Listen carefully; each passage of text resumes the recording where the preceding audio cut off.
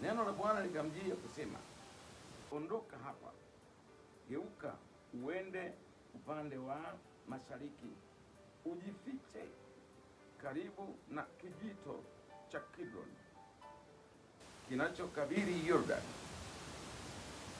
Itakuwa utakunywa maji ya kile kijito, nami nitamwamuru kunguru akulishe huko. Jamani, Bwana Yesu asifiwe. Siku ya leo ninaongea habari ya kuwatii wenye mamlaka. Eliya alikuwa anaishi na wenye mamlaka wakati wa mfalme Ahabu.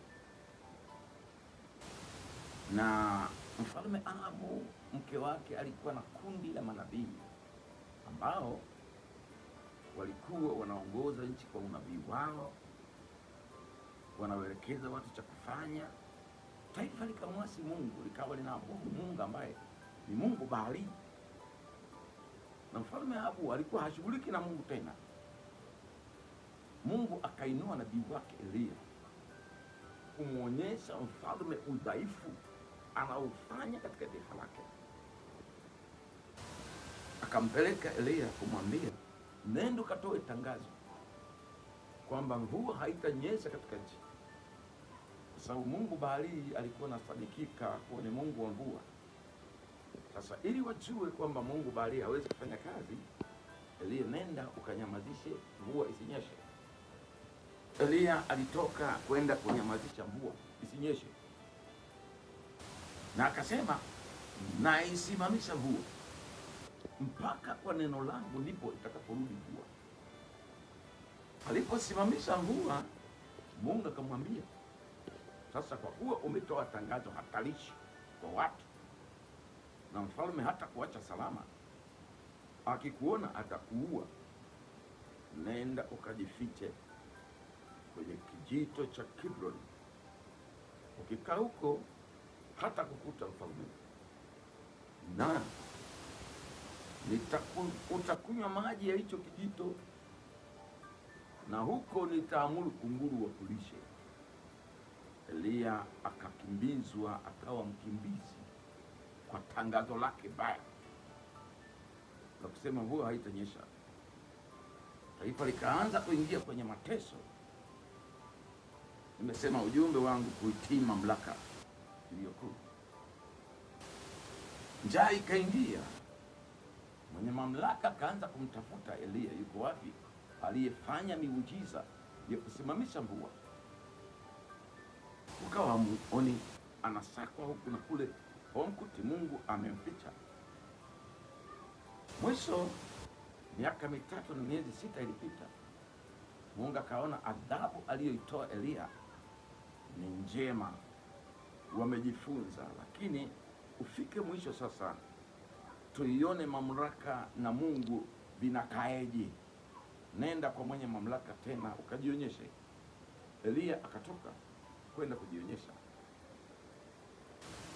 Ahabu alipomwona alimwambia, wewe ndio unaitabisha taifa langu, unaitabisha Israeli. Akasema, sio mimi, ila wewe na watu wako ndio mnaitabisha Israeli. Lakini ili julikane kwamba mimi niko upande wa Mungu au ninyi, toende kwenye maombi tukaone Mungu anayeweza kujibu kwa moto, aonekane kuwa ndiye Mungu. Wakaingia katika maombi, wakatoa sadaka za kuteketeza. Mungu ajibuye kwa moto, yaonekane kuwa Mungu. Mungu Ahabu na mke wake akashindwa kuleta moto. Mungu Eliya akaleta moto. Watu wote wakamjua Mungu wa Eliya aliyekuwa mafichoni kuwa ndiye Mungu wa kweli. Wakasujudia watu wote. Manabii 450 wa Baali wa mwanamke Jezebeli wakapiga magoti wakamsujudu Mungu. Eliya ninaamini alikuwa na kundi kubwa kuliko la wale manabii 450 waliokusanyika kwenye sadaka ile. Akawakamata wote 450, akawachinja wote. Alipowachinja, maiti 450 zimebaki mtoni. Mke wa mfalme anasikia, wameua manabii wako wote, Na aliyewaua nani? Elia. Wakati ule manabii walikuwa naua, si kama leo haturuhusiwi kuua. Akasema nitamchinja Elia, kama Mungu aishivyo, ninakwenda kumkata kichwa chake. Elia na nguvu zake za kuua watu 450 hakutaka kugombana na mfalme wala na mke wa mfalme. Alikimbia kwenda mafichoni tena, anakwenda mwendo wa bali, anajificha huko, anamwambia Mungu, bora nife, nimewaonyesha wewe Mungu bado hawamjui. Mungu anamwambia haufi, nenda kawapake mafuta wafalme wengine, maana wewe ndio utawafanya waweze kuishi. Sasa nataka kuongea nini hapa? Kuna wakati wenye mamlaka wanaweza kuwa tofauti na mapenzi ya Mungu. Mungu anawaambia watu wake namna ya kubaki salama. Inapobidi kunyamaza, wanyamaze. Inapobidi kuwa mafichoni, wajifiche. Sio kuanza kukinga ngumi na kuanza ugomvi na wenye mamlaka. Biblia haijaturuhusu. Cha kwanza, Biblia inataka tumuonyeshe Mungu wetu kwao wenye mamlaka, wamuone. Na wakimkataa huyo Mungu, Mungu ana njia za kutufanya sisi tubaki salama.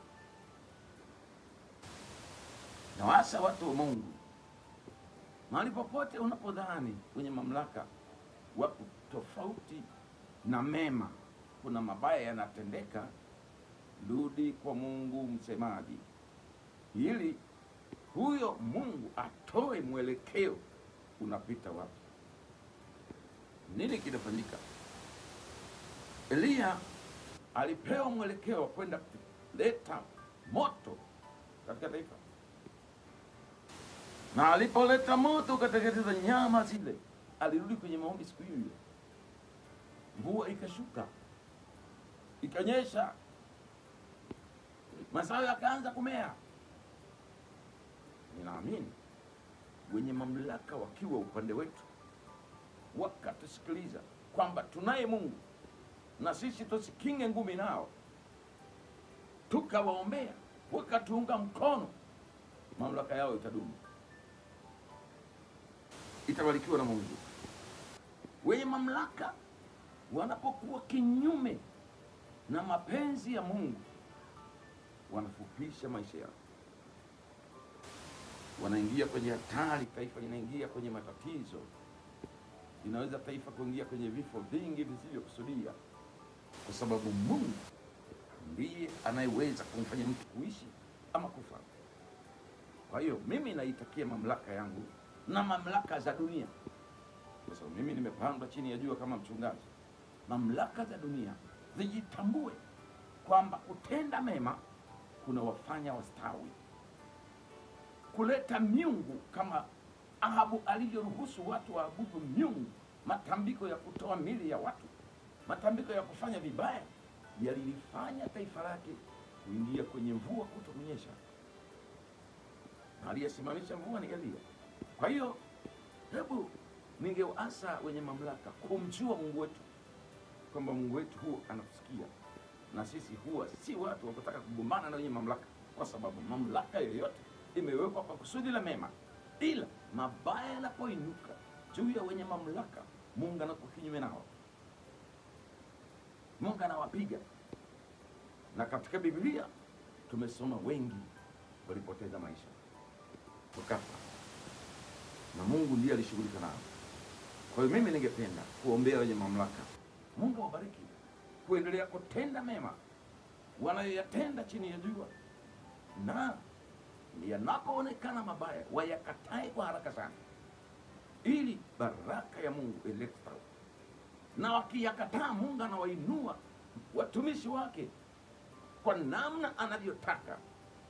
Hawa watumishi wa Mungu wakati mwingine wanapokuwa wakimbizi, Mungu anaongeza ulinzi kwa gharama ya kupigana wenye mamlaka. Mungu ibariki nchi yangu, Mungu ibariki dunia tunayoikaa, iwe mahali salama pa watu kuishi pamoja na wenye mamlaka, ili mamlaka zetu ziwe baraka mbele za Mungu. Asante sana. Mungu akubariki uliyesikiliza, na Mungu awabariki watu wote. Mimi kwa jina naitwa Mchungaji Samos Kialo, mchungaji wa kanisa la Gibeon Assemblies of God, Tunduma, Mnapalamoko. Karibuni na Mungu awabariki.